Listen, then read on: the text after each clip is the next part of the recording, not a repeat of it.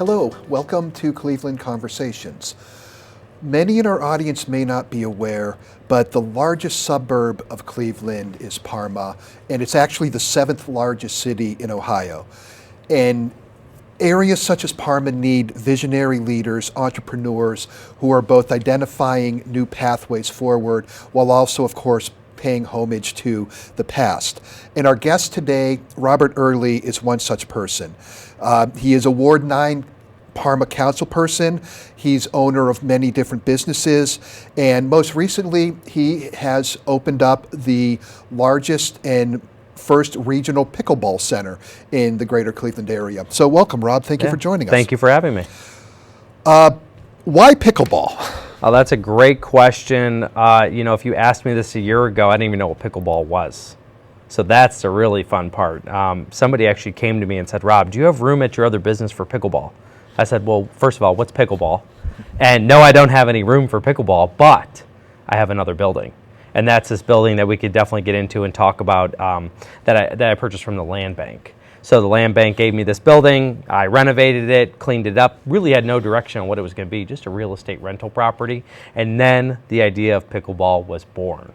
So pickleball was born and saying, hey, we're going to build pickleball. And soon enough, I learned about pickleball, fastest growing sport, 50 million players. There's nowhere in Cleveland to play. So where do you go? What do you do? Where do you play? What? All this.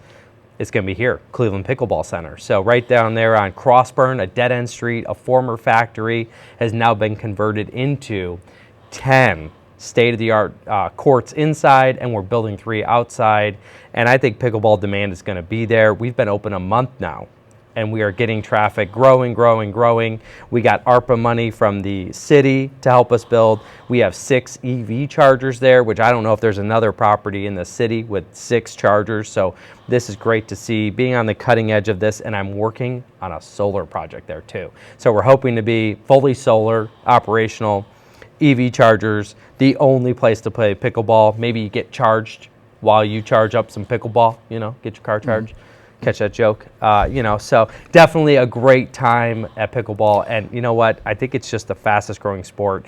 And not that I have to do everything that I make, but I'm capturing the trend. Mm-hmm. I'm running on a business opportunity. Mm-hmm.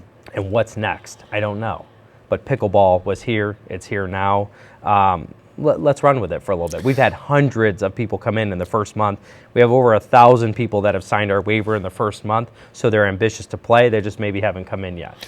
And talk about the variety of the different folks that you're seeing coming into your facility, age-wise, demographic-wise. Oh. Is it focused on one niche, or is it all over the map? Or No, I think you said it right. It's literally all over the map. We're getting people from 30 minutes away from the center. So that's a good thing to know. It's polling from everywhere.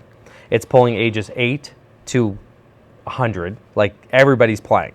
I mean, there's very older people in there. There's firefighters that come in. There's kids that come in. I take my kids there. We play around. And my kids are 2 and 1. They're not quite paddling yet, but they're throwing the ball. They're getting enthusiastic. They're always telling me, Dad, let's go play pickball. Let's go play pickball. And I'm like, yeah, you'll eventually say it, but they love it. So really any age. Yeah. And I know that you're not necessarily, let's call it a professional player yourself, but how would you describe pickleball for those in our audience who haven't seen it before? Sure, it's a in between tabletop tennis, right? Like ping pong, and the game of tennis, which is on a much larger court. So you play with a paddle and a wiffle ball on a smaller court than a tennis court. Can it be a fast-paced game? Yes, but you can also play it very, very slow. You can lob the ball and go very slow or play very fast. Like, I've seen some intense games. We have a ball machine that can even train you up to 140 miles an hour. So if you want a ball thrown at you at 140, we could do that. If you want to throw it at 10 miles an hour and lob it, we could do that. And the game can be played the same way. So it's an intense game if you want it to be. It's a relaxed game if you want it to be. And then you play under these ratings. So depending on how good you are, you may be a beginner or like a 2, 3, or a 4. And 2, you might just be getting into it. 3, you could probably volley very well and play a good game. 4 is like you're playing not professional, but fast-paced, hard, a lot of slams. You're crushing them. Like, you get hurt by the ball. People slam these balls down and they hurt. If you haven't been hit by one, it's still a hard wiffle ball. So it's definitely, it's a mix. It's a mix of everything. It's how you want to play the game. That's what I think makes it so great. You could play a game as little or as intense as you want and get an exercise and sweat, or go social, drink, and kind of volley and have a good time too, because we do have a bar there. So you got to grab a drink, play a game, watch a friend play. So I think that's an important aspect of the game. It's a social, community-driven center. So we want people to come hang out, watch a friend, play a game, drink a little bit, have fun, play ping pong while you're waiting, grab the ball machine, join a league. There's so many things. This is just pickleball though. We're nothing else right now. We've had a lot of outreach for other things in the facility, but as of today, we're still playing pickleball. And talk about how the actual process worked with the land bank, as far as repurposing a building, working with them, purchasing it, bringing what was previously either a non-used or underused facility back into circulation. Yeah, there is quite an extensive process with that, because this building was not on the market. I drive around all the time and look for stuff. Found the building, realized the land bank owned it, and I said, hey, can I just buy it? I want to repurpose it for storage. Like, I want to make a warehouse out of it. And so they said, yes, it'd be better than it sitting there vacant and you spend your money cleaning it up. So I think that's really how it started. But then I told them I'm making it pickleball, and they were getting excited because now it's getting repurposed. It's going to energize the neighborhood. Then we got the city on board. We got some American Rescue money to help build that too, which brings jobs, which creates a facility that's clean and nice and enhances that neighborhood. So I think the land bank is willing to listen to anybody willing to invest in the property, even if it's not the perfect scenario. But most of these buildings are in such disrepair. They were talking about tearing it down or selling it to me. And I use my construction company to actually bring it back to life. So I think they're just excited to see something other than, nothing happening there. That's their job. They want to see stuff develop there. So, this vacant piece of building and property has turned into a eyesore to the community, into an asset. People on the street, I'm sure the home values will go up. People will visit. The building got renovated. It'll encourage neighbors to clean up. I mean, we've attracted all kinds of people to come there, and I think I see the spark of like a mini Ohio City or Tremont being born because we did that kind of thing. So maybe we'll get other investors and other people to come in, and I think it'll be a good thing for everybody. That's tremendous. You're lifelong resident of Parma, I understand. Went to Parma High School. Talk about Parma for our audience who may not necessarily be familiar with the community. Sure. Well, before we get into Parma, I got to tell you this interesting story, because we just finished pickleball up, and Parma Senior High was recently demolished. It's where I went to high school, was proud alma mater, really enjoyed it. They crushed up the actual school, the stone, the concrete, the everything, right, into small stone that we took and built pickleball with it. So how funny is this that we're pulling Parma Senior High back into my history, that the crushed stone was the base for the pickleball center, even under some of the concrete inside, the concrete outside. I kept some of my roots into my new project. So one thing dies, another thing's born. I thought that was really cool to see and do. Yeah. And really all I did was stop there and I say, hey, what are you doing with this? And they're like, well, we got to get rid of it. I said, well, you know what, why don't I take it? So they gave it to us and became part of the pickleball center. That's so tremendous. Parma Senior High will have a little life somewhere I go, and it'll be pickleball for now. But back to Parma. I'm 35. I've been there my whole life. Born and raised not far from, like just a couple streets away from where I bought, or where my parents raised me, to the house I bought, to the next house I bought, to the following house I bought, is all within a few streets of each other. And I did go through all of the public schools, starting at John Muir, which is still there, Shiloh Middle School, which is still there, and then Parma Senior High, we know, is recently torn down. But I am full of Parma, 90,000 residents there. I live, eat, breathe, volunteer, work, everything I think I can do into the city. And I've been councilman now 4 years. I'm up for re-election again this year. And you know what? If they want me again, I'll stay. I mean, I think I contribute a lot. There's a lot of things going on there as a councilman, but a lot of good things are going through Parma. So if you don't know Parma, and being the 7th largest city, we have things like Ukrainian Village and Polish Village. I was going to ask about that. Oh, yeah. So I'm in Ukrainian Village. It runs actually across 3 wards. That's how council people are broken up. But my ward in particular is the start of Ukrainian Village, and where Drug Mart just invested in us. So they bought a brand new piece of property. Well, they took an old school property and built a brand new building, and that's the start of Ukrainian Village. So it's really interesting to see the history there, the Polish Village history there. Very diverse neighborhood. I mean, lots of ethnicities throughout the city, a lot of people, a lot of shopping, a lot of everything, or you're 20 minutes from everything. If you live in Parma, I think you are 20 minutes from everything. You want to go to South Park Mall? Maybe Crocker, maybe Legacy. So if you don't like some of our shopping, could you go anywhere in like 20-ish minutes? Yes. Could you get on 71, 77, or 480 pretty quick and easy? Yes. So like I think even if you don't like to do everything in Parma, you could quickly get in and out of the city of Parma. So do I like Parma? Yes. I'm tied to it. Yes. I want to grow it. Yes. I have a lot of businesses in the city. I'm doing a housing development in the city. I built Parma Armory Shooting Center in the city. I started my construction business in the city. I created a wedding venue for myself that's in the city. So I have a lot invested in there. My family's in there. I think so many things are happening in Parma, but that's quite a bit. And in your free time, you mentioned that you are a council person there as well. What free time? Yeah. I have 3 kids. I'm married. Businesses. Yeah, there's not much free time, but yeah. Yeah, talk about, because we hear about sometimes a competitive dynamic between different municipalities, Cleveland as a city, different areas. Talk about what your experience has been on how Parma may work with or perhaps not work with the city of Cleveland successfully.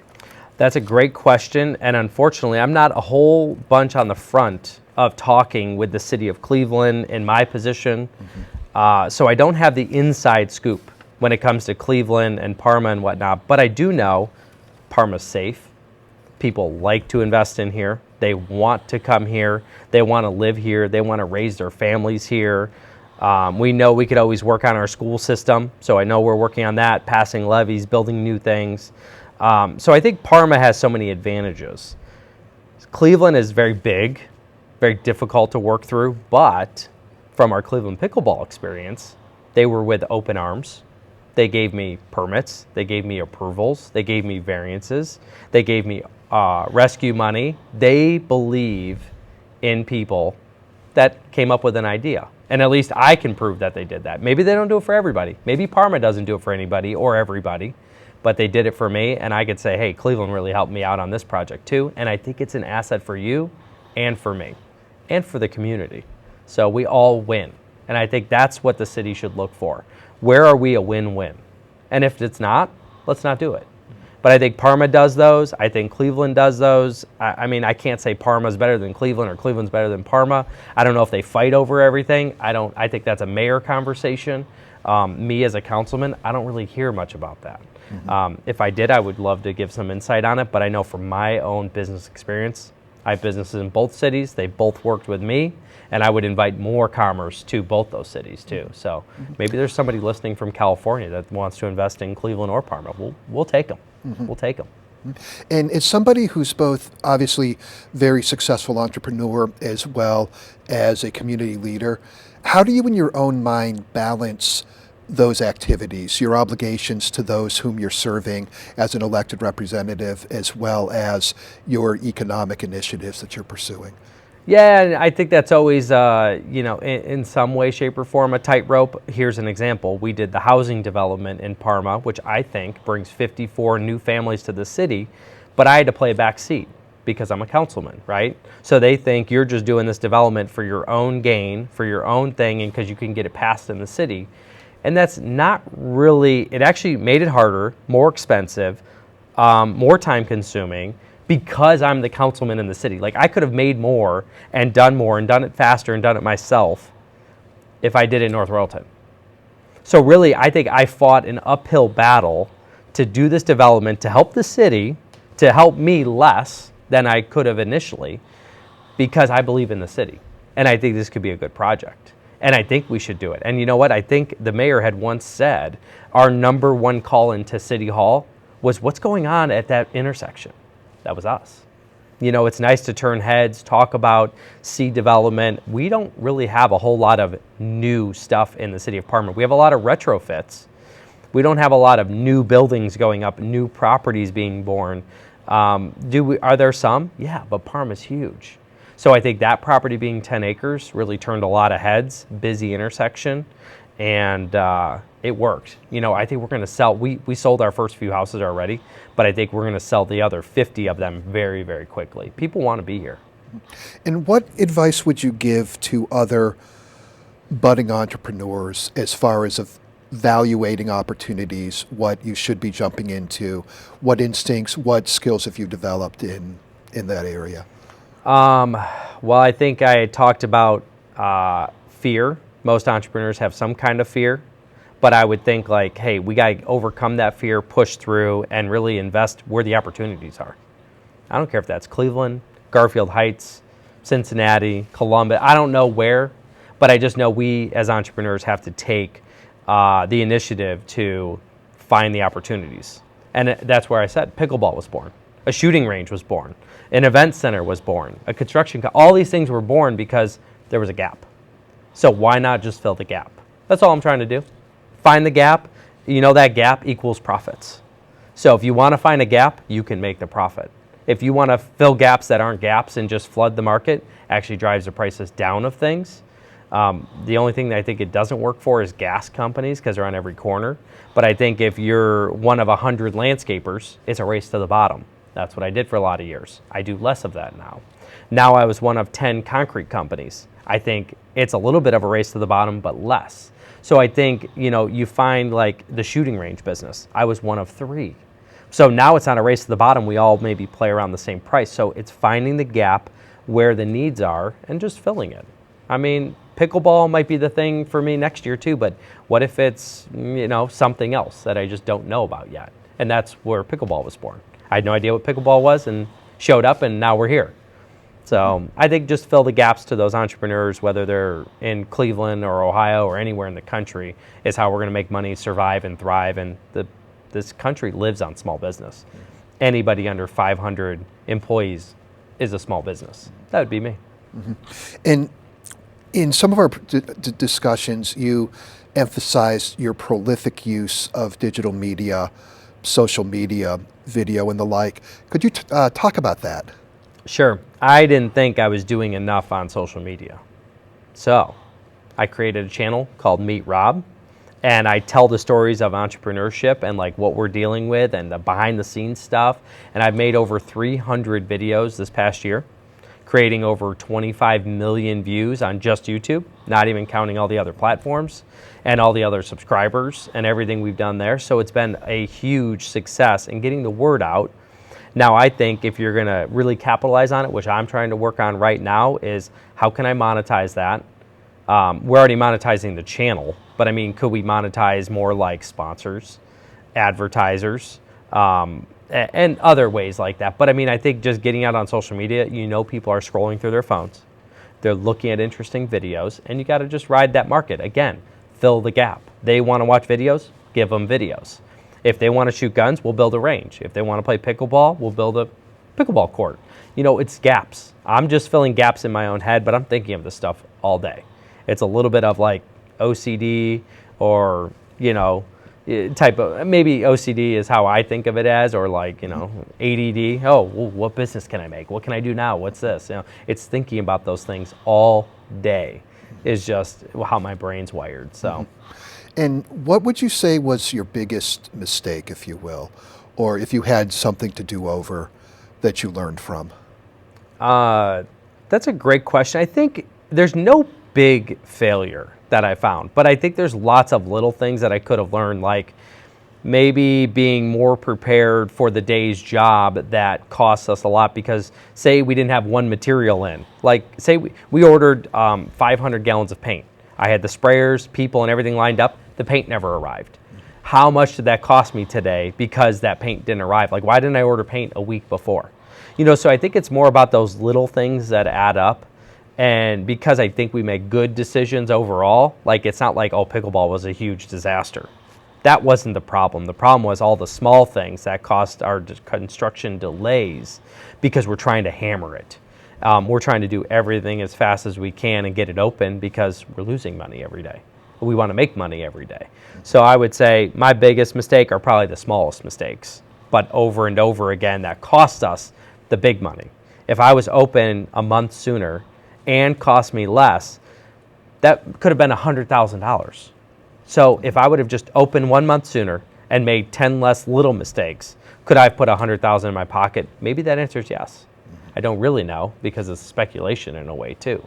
But I would say let's be prepared for the next project and make it even more lean and more prepared to do every little thing every day so we can maximize our days, because labor is expensive. Labor is my number one cost.